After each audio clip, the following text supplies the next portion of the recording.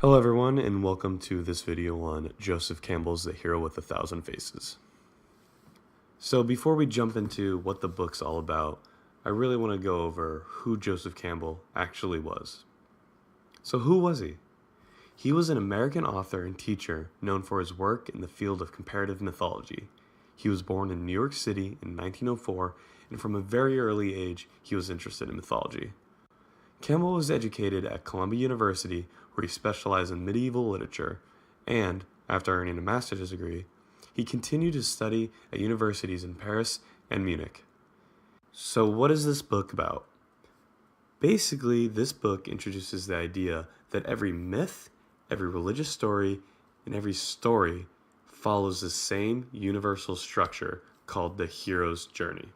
From Hollywood hits such as Star Wars, to religious stories about Jesus, to mythologies about Zeus, each one of these stories or myths is rooted in the same exact structure called the hero's journey. So the hero's journey can actually be visualized as a circle with three main components. These three main components representing three different acts. Act 1, or the separation, is when a hero ventures forth from the world of common day into a region of supernatural wonder. Act 2, initiation, is when fabulous forces are there, encountered, and a decisive victory is won. The third act, the return, is when the hero comes back from this mysterious adventure with the power to bestow boons on his fellow men. So before we jump into the prologue, I just want to make an important note. As we continue through the section and continue to think about some of the weird stuff that Campbell talks about, I think it's important to keep in mind the context in which Joseph Campbell is actually writing. So when Joseph Campbell writes about gods, divinity, mythological symbols, the soul, consciousness, it might sometimes come across as if he actually thinks these things exist. However, you have to understand that when he speaks, he's speaking metaphorically rather than literally. Now it's all up to you to make your own interpretation of what he says. You can take it literally, or you can take it metaphorically. Now that we have a basic idea of Joseph Campbell's philosophy, we can make an easy transition into the first section of the prologue, labeled the Monomyth. Like we discussed earlier, the Monomyth is the basic idea that every single myth follows one universal structure, hence the mono in Monomyth. Right from the beginning of the book, Campbell highlights the importance of mythology, an idea that, for the beginning reader, might not be initially intuitive. In our modern age, we typically reduce the idea of mythology as the archaic means of understanding the world around us. We don't put too much emphasis on mythology in modern world. We don't really care. How often does mythology come up in conversation? And, Campbell believes that that's because the world has been demystified by science and rationality. If something can't be explained by science, it's easily dismissed. Campbell, however, believes that myths were inherent to human psychology. To him, myths are a product of an inner force that helps us adapt and live in the world around us. So you might be asking, well, I don't necessarily have a general myth to follow, so what happens when someone doesn't have a general mythology? Campbell, in response to this, says that in the absence of an effective general mythology, each of us has his private, unrecognized, yet secretly potent pantheon of dreams. So in the same exact way that general myths are the manifestations of, symbols that provide truths to a culture or society, dreams are our own manifestations of our own personal unconscious that can provide important insights to our own conscious minds. All right, let's transition into the second section of the prologue called Tragedy and Comedy. In this section, Campbell highlights the differences and similarities of both tragedy and comedy, and how, in the end, they're actually pretty much the same thing. So, as you already know, comedies typically end on a happy note, while tragedies often end sadly, leaving us emotional. But from both, we can actually learn quite a lot. Comedies teach us the inner virtues the hero possesses to reach the end happiness. They end happily, but why do they end happily? We learn what the hero has to do in order to end his life with that happiness. Tragedies, on the other hand, they have us feeling cathartic at the end. And if you guys don't know what catharsis is the feeling of liberation or rejuvenation that follows the experience of extreme emotions such as pity or terror. Now, Campbell doesn't explicitly say this, but after Enlightenment, the shift from religious to rational thinking, modern society is just way more convinced of the futility of life and is more skeptical of the supposed redemption provided by God in the afterlife. When you say words such as the soul, consciousness, divine, people kind of shut you out because it's not supported by scientific thinking. Thus, the tragedy of an unhappy ending seems a lot more realistic and more profound to us in the modern world. What's interesting is the fact that democracy plays a huge part in modern tragedy. In democracy, the main authority isn't a religious figure or God. The main authority is the state, is a secular entity. And when you have a main authority that isn't of religious origins or mythological origins, then the transition from mystic to rational thinking is obvious. So why are tragedy and comedy ultimately the same thing? It's because in the end, it doesn't matter if the myth is tragic or comic. What matters is the act of looking inward and learning from that experience. So the third section is basically just an in-depth look at the hero's journey.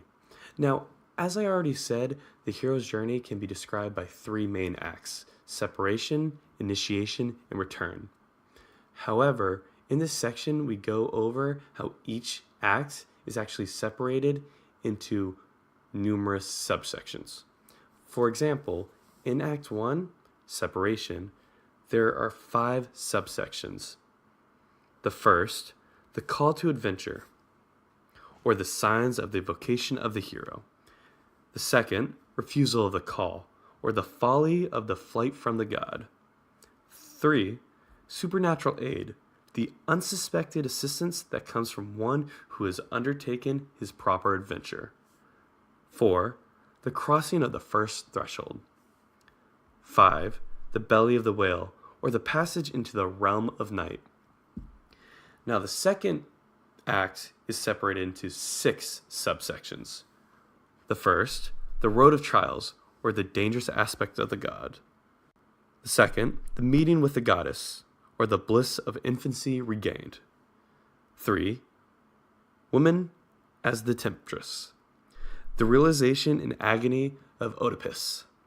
4, atonement with the father.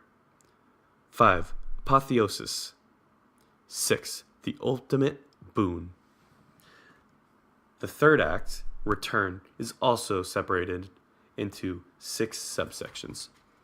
1, the refusal of the return, or the world denied. 2, the magic flight, or the escape of Prometheus. 3, rescue from without. 4, the crossing of the return threshold, or return to the world of common day. 5, master of the two worlds.